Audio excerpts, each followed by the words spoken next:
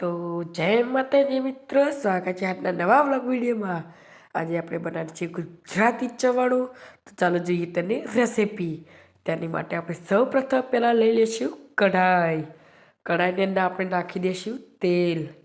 તેલને આપણે ધીમા ગેસ ઉપર મૂકી દઈશું। કઢાઈ આપણે મૂકી દીધી છે, ત્યારબાદ આપણે ગેસ ચાલુ કરી દઈશું ધીમા ગેસ ઉપર। ત્યારબાદ આપણે લઈ લઈશું ચાળણી અંદર નાખીશું મમરા। મમરાને આપણે સારી રીતે ચાળી દઈશું। બધા જ મમરાને સારી રીતે ચાળી લઈશું। સારી રીતે ચાળ્યા બાદ આપણે લઈ લઈશું પૌવાનું પેકેટ। પહેલાં આપણે એક પૌવાને તેલમાં નાખીને ચેક કરી લઈશું કે આપણું તેલ ગરમ થયું છે કે નહીં। જોઈ લો, આપણે પૌવો નાખી દીધા છે એક અંદર। જોઈ લો, તે તળી રહ્યો છે, તળીને ઉપર આવવા માંડે છે, તે ઉપર આવી ગયો છે। તે સાઈડ તળાઈ જાય ત્યાર પછી આપણે ઝારાની મદદથી તેને કાઢી દઈશું। જોઈ લો, હજી તેલ બરાબર ઉકળ્યું નથી। આપણે બીજો પૌવા પર ટ્રાય કરીને નાખી દીધો।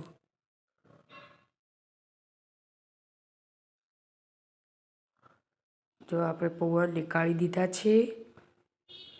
હજી આ તો એક્ઝામ્પલ જ ફરીથી થોડા જ પૌવા નાખીને ટ્રાય કરીશું, વધારે નથી નાખવાના। પહેલાં થોડા પૌવા ટ્રાય કર્યા તો તેલ બરોબર તૈયાર થઈ ગયું છે।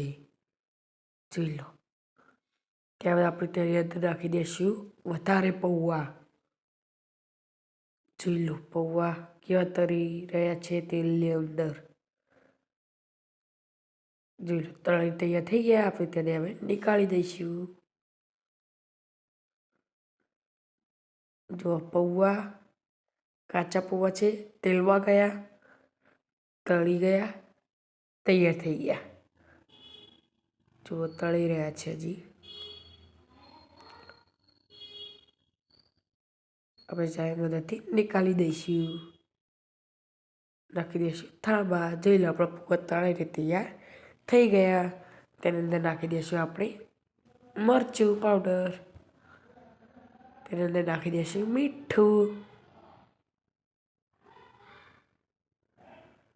મીઠું નાખ્યા બાદ આપણે તેલમાં કઢાઈમાં થોડું તેલ રાખ્યું હતું, તેની અંદર નાખી દઈશું આપણે રાઈ।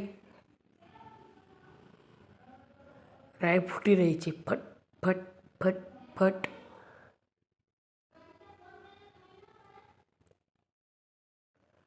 રાઈ ફૂટી રહી છે। અજમો, રાઈ ફૂટાઈ જાય હજી તો આપણી રાઈ ફૂટી રહી છે। આપણે તેને જો આપણા પૌવા પદ થોડા રહી ગયા છે, હવે તેને નથી નીકાળવા, ભલે ને તરતા। તો આપણી રાઈ ફૂટાઈ ગઈ છે, જોઈ લો।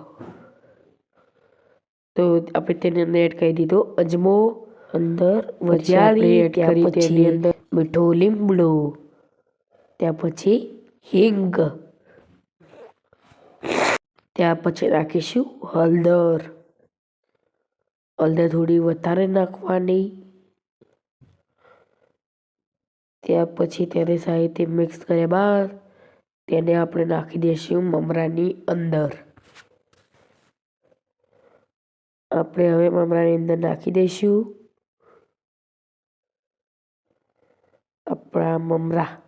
બહુ મસ્ત લાગે છે। હળદર નાખવાથી તેની અંદર જે પીળો રંગ આવે છે તે મમરાની અંદર બહુ મસ્ત લાગે છે। તેની અંદર જીરું, અજમો, જીરું તમે નથી નાખતા, તમે નાખો તો નાખી શકો છો, અમે જીરું નથી નાખતા। તેની અંદર રાઈ, વરિયાળી, અજમો, હિંગ, મીઠો લીમડો, તે બધાનો બહુ મસ્ત સ્વાદ આવે છે, એટલે આપણે વઘાર કરીને તેને નાખીએ છીએ। આપણે નેક્સ્ટ રેસીપી શું બનાવીએ એ તમે જરૂરથી નીચે કમેન્ટમાં જણાવજો। મિક્સ કરી દઈશું। જો કેવા મસ્ત કલર આવે છે આપણા મમરાનો। અને તો આવા પીળા કલરના મમરાનું બહુ મસ્ત લાગે છે। તેનો દેખાવ અને તેનો સ્વાદ પણ બહુ મસ્ત આવે છે.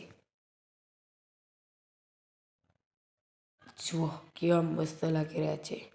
તમે તેની અંદર સિંગ દાણા પણ નાખી શકો છો, પણ હવે નથી રાખ્યા. ત્યારબાદ આપણે એડ કરીશું મીઠું, પછી મરચું,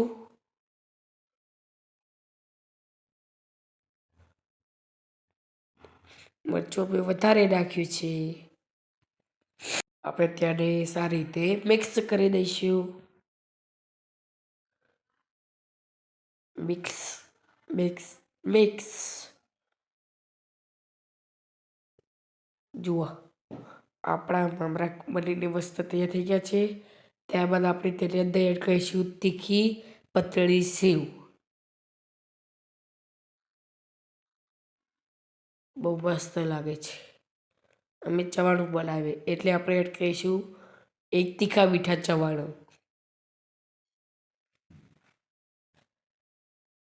ત્યારબાદ આપણે એડ કરીશું ચણા દાળ.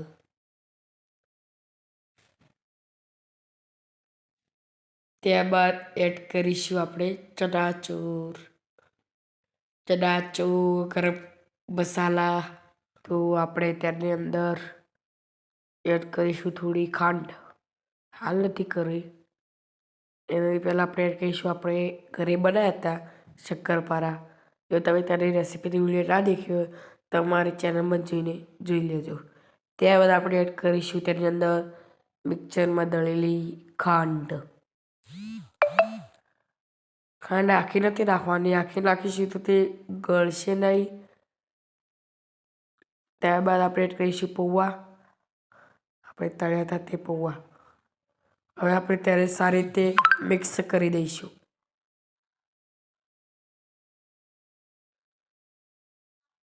હવે મિક્સ કરીશું. ચવાણું દેખાવમાં તો બહુ ટેસ્ટી દેખાય છે, એકદમ ટેસ્ટી. પણ જોઈએ હવે કેવું બને છે. પહેલાં તો આપણે તેની સાથે મિક્સ કરી દેવાનું. તો જોઈ લો અમારું ચવાણું કેવું મસ્ત લાગે છે. મોઢામાં પાણી આવી જાય તેવું લાગે છે. બહુ મસ્ત દેખાય છે.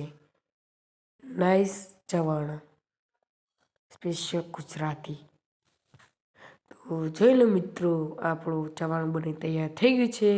હવે આપણે તેને ટેસ્ટ કરીશું કે કેવું બન્યું છે. દેખાવમાં તો બહુ મસ્ત દેખાઈ રહ્યું છે. આપણે તેને ટેસ્ટ કરીશું. બહુ મસ્ત બન્યું છે મિત્રો. તો મિત્રો, આ ચવાણું તમે પણ ટેસ્ટ કરો અને કહેજો કે અમારું ચવાણું કેવું બન્યું છે. તો મિત્રો, અમારી ચવાણું રેસીપીનો વિડીયો અહીં પૂરો થાય છે.